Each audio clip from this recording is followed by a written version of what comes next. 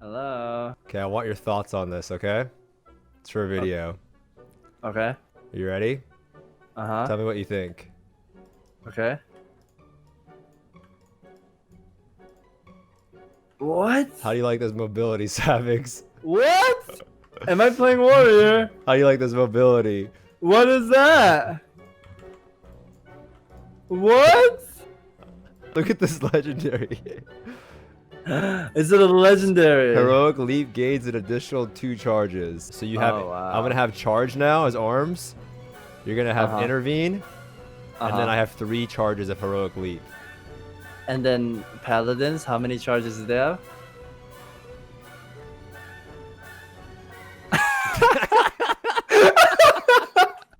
Put that part in.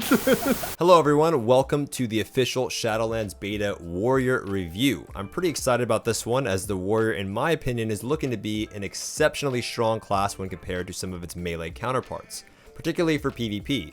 In this video, I want to give you some information on what has changed, while also showing you some of the cool things that I noticed along the way. In fact, you can expect a lot of changes when compared to the previous expansion, Battle for Azeroth. Yeah.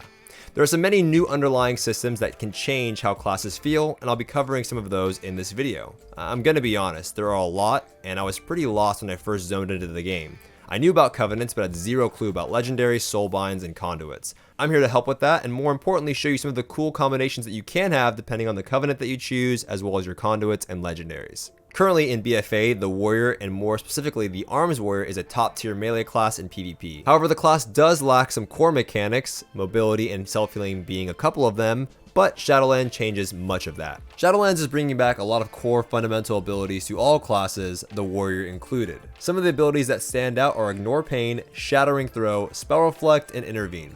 All Warrior specs are also gaining Hamstring and Piercing Howl baseline, which is an added bonus. Now in regards to PvP, having Ignore Pain baseline seems to be a huge defensive that Warriors are receiving, as it is currently scaling quite well in the beta, and when paired with Defensive Stance, Warriors seem to be much more durable than before. Also, having Intervene improves the class's overall mobility, and as you saw earlier in the video, certain legendaries can further improve upon that.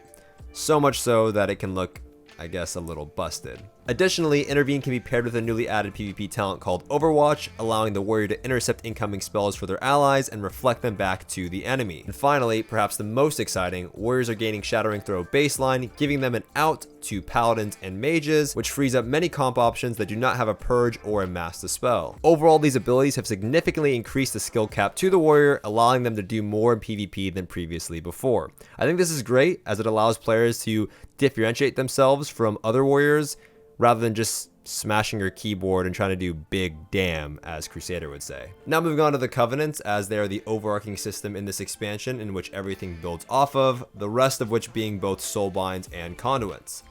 There are 4 options to choose from, each providing a general ability as well as a class-specific ability, and while all of the options and their abilities have their use cases, some appear to be stronger than others, unfortunately. Now with that being said, the Madraxis Covenant has been extremely popular amongst players as mentioned before, as it provides great survivability due to the Covenant ability known as Fleshcraft, which at its core provides a shield for 20% of your maximum health that lasts a total of 2 minutes. Now when paired with one of the final Soulbinds, players that have Fleshcraft are also immune to all forms of crowd control. However, I do see this ability being changed at some point in the near future before launch due to its popularity and just pure strength. Now with Madraxis, you also gain a class-specific ability called Conqueror's Banner, which I initially thought to be quite weak as it seemed as it would easily be avoided by other enemy players. When activated, the banner grants 10% movement speed, and upon reactivation, you can place the banner in the ground to grant you and your allies 20% max health and 50% increased attack speed. The duration of the banner is extended depending on how many raging blows or mortal strikes you land prior to activation. Now for Fury, this seems pretty strong as you can use Raging Blow much more often than you could Mortal Strike. The duration is also extended if you are able to vanquish any enemies during that time period, but that does not seem to be as effective when it comes to Arena, but it could have use in casual BGs or even RBGs. Now initially I thought that the banner would be targetable by other players, but after some testing it turns out that it cannot be destroyed by other players, making it a solid option in my opinion. Nevertheless, I feel that is quite gimmicky and I'm a little reluctant to pursue Madraxis at this point due to the potential of its core ability, Fleshcraft, being nerfed. Now Venthyr in my mind seems to have the most consistent damage of all Covenants with the ability known as Condemn, and also adds to mobility with Door of Darkness, which you may have noticed in the initial clip of the video. Condemn seems to have the most practicality of all Covenant abilities, as it can provide some serious damage while also being very rage efficient. Now Condemn replaces Execute and makes it usable on enemies above 80% health as well as below 20% health, while Execute is notoriously known to only work on enemies below 20% health unless specifically talented. Not to mention, Condemn also weakens your opponent, preventing some of the damage in which they deal to you, further adding to your survivability. I didn't spend too much time with the Nightfang Covenant for the Warrior, as I feel the Shockwave ability is simply an improved talent or lost favorite. Nevertheless, having an extra stun that provides additional fury can certainly have its use cases. And finally, there is the Kirian Covenant, which provides an awesome warrior-specific ability known as Spear of Bastion. It deals damage, it generates rage, it's usable at range, it's on a 1-minute cooldown, and it tethers your enemies who are caught by the spear to the spear for 4 seconds, which seems great for arms warriors. However, the signature ability just summons this little Birdman steward thing that comes down, brings you some vials of Serenity. The vials are great, it heals you, cleanses poisons and bleeds, but you cannot use those in arenas, and outside of that, you can just vendor your items there and it can greet your friends. So it seems a little ooh-woo if you ask me. And for those of you wondering, this has been my experience on the beta so far. Now, before we hop into the Soulbind and Conduit portion of the video, I want to go over Legendaries. Legendaries are a massive part of Shadowlands, and they alter the way that your class feels and plays. One of the ones that you may have noticed earlier in the video was Leaper. Heroic Leap gains an additional 2 charges. This one seems to be my favorite. Adds a lot of mobility to the warrior class, which it desperately needed, specifically arms in PvP, and this really fills that gap for warriors and makes them feel like a much more mobile melee class when compared to some of their melee counterparts. But there are other ones to choose from that you may see here off the vendor, and it's important to note that you can craft multiple legendaries. However, at this point in the beta, you can only have one equipped at a time. Some of these seem to be more effective in PvE, and some of these seem to be more effective in PvP, and some of these aren't as strong as they'd have you believe. For example, Misshapen Mirror.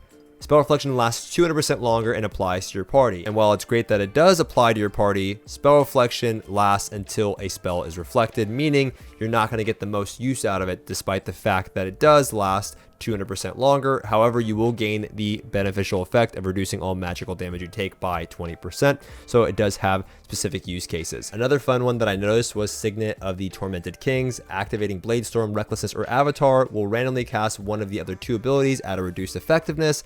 But again, this one seems quite gimmicky, as activating Avatar could proc a Bladestorm and break potential CC that you're not trying to break. Now, it's important to note that some of these legendaries do differ per spec, depending if you are Arms, Fury, or Prot. However, I will not be covering Prot in this video, as Prot, in my opinion, is not really a PvP spec unless you're doing forms of RBGs, and if you play Prot in PvP, you're probably not my favorite person anyway. I was surprised to see how strong some of these Fury legendaries are. Rampage Critical Strikes reduce the cooldown of your Recklessness, one of your strongest offensive CDs, and Enrage Regeneration, one of your strongest defensive CDs, by 3 seconds. Some of these can increase your haste by a substantial amount. Some of these can proc Siegebreaker based on your Rampage damage. So overall, Fury looks to be somewhat of a strong spec going into Shadowlands, but a lot of this is just speculation at this point, and I'll keep you guys updated as we go. Now, I will provide a list of all Warrior Legendaries in the description box below if you want to check them out yourself. Warriors seem to have very strong legendaries, Leaper being my favorite, and I think they all have their specific use cases for both specs, Fury and Arms. Now, moving into the Soulbinds portion of the video, I will not be spending too much time on these as they are universal amongst all classes and specs, but there are simply 3 talent trees that you can access following the selection of your Covenant. You can swap between these talent trees depending on the type of content you're pursuing. Some of these are PvE specific, while some of these are clearly designed for PvP. Each Covenant has their own unique Soulbinds and trees to choose from. I want to know, as mentioned earlier in the video, Madraxis has been extremely popular amongst PvPers due to the final Soulbind within the Plague Divisor tree.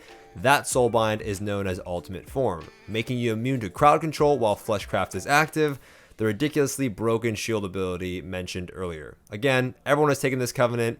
I mean, literally everyone. I will not be going through all the Soulbinds, as again, they're universal to all classes, but there are a lot of cool Soulbinds to choose from, and some of them have some interesting effects. However, in regards to warriors, the real uniqueness comes from the Soulbind conduits themselves, which are simply glyphs that you place within your Soulbind tree depending on the path you take down your Soulbind tree. Now when it comes to your conduits, there are tons to choose from. Some are meant for all specs, while some are Fury, Arms, or Prot specific. However, it is important to note that these conduits can interlap and work with all specs despite them being designated as a Fury, Arm, or Prot conduit. To be honest, this is where warriors truly shine. I've read through many of the class conduits, and warriors have some of the strongest ones I've tested on the beta. The key thing about these conduits is that you can have multiple within your designated Soulbind tree, and they can seriously start to add up. In fact, some of these are so strong that they nearly rival a legendary effect. Now again, I will have a list of all the conduits listed in the description box below if you want to check them out for yourself, but there are some ones that stand out to me in regards to PvP.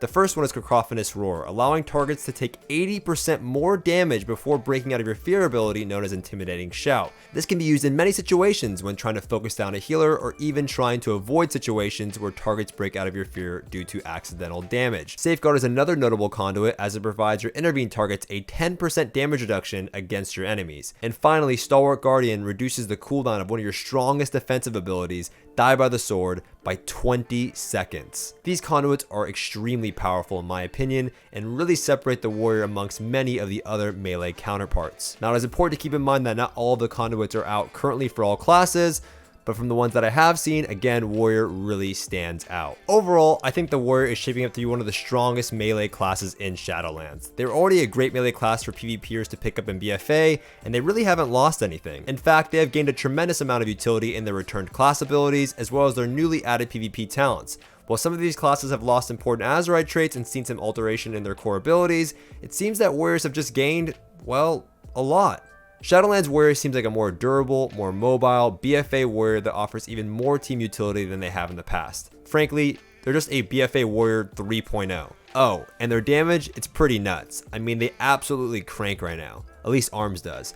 But numbers are always subject to change. The fact is their toolkit is incredible, and I'm really looking forward to seeing how they shape out, both Fury and Arms. But that is going to do it for this video, you guys. I hope you enjoyed it. I'm not sure if I can make a video like this on all classes and specs because it did take quite a bit of time, but I'll do my best. If you guys want to support me on my Patreon page to help produce more videos like this, I'll put my Patreon page somewhere on the screen, and you can also earn yourself some coaching for Arena if that's what you're interested in. You can also check out my live stream, which will be somewhere here on the screen as well, and you can ask me questions there. Again, thank you guys so much for watching, and I'll see you all in the next one.